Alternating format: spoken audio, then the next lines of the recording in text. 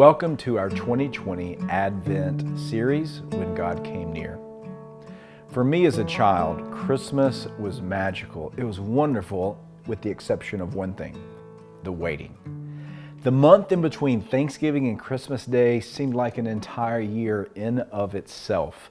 All the waiting to get to open your Christmas gifts, for Christmas Day to get here, for your family to get in town. And then Christmas Day would come and you'd get up early in the morning.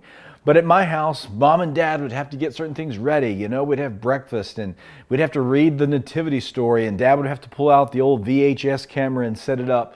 And finally, the moment would come after all of this waiting that we could open the presents. Christmas was wonderful, except for the waiting, because waiting is hard.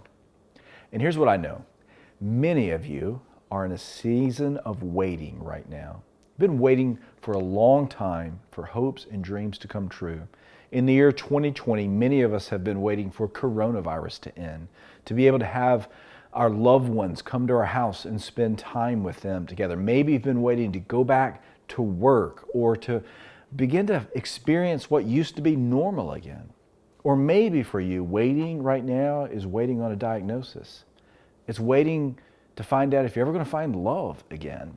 It's waiting for a breakthrough in your life. It's waiting for a child that you love to come back home again. Waiting is hard. Matter of fact, waiting can be flat out agonizing. And Advent is actually all about waiting. The word Advent itself means longing with great expectation. Luke chapter 2 tells us of a man named Simeon who had spent most of his life waiting. Let me read this to you. Luke chapter 2, verse 25 says this. Now there's a man named Simeon who was from Jerusalem. He was righteous and he was devout, and he was waiting for the consolation of Israel, or the help of Israel. I want you to think about that. Simeon is a man who's righteous, he's devout, he's an Israelite, he's part of God's chosen people, and he has spent all of his life, but not just him. His father spent all of his life, but not just his father. His grandfather spent all of his life under oppression, in suffering, and really never experiencing freedom.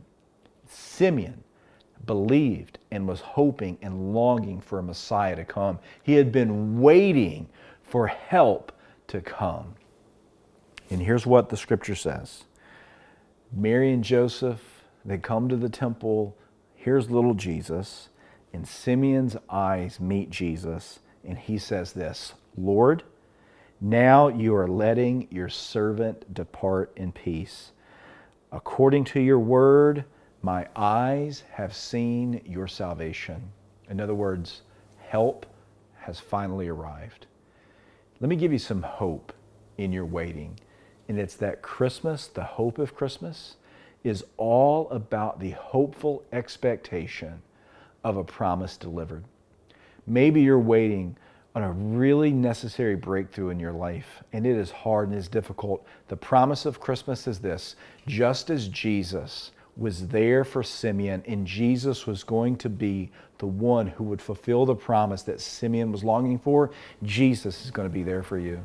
He is going to be with you in the midst of your trial, in the midst of your difficulty, and He is going to be your source of hope.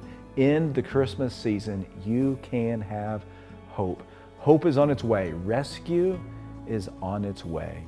For more, journey with us this week at WhenGodCameNear.com. Until next time, I'm Brad. Thanks for joining us.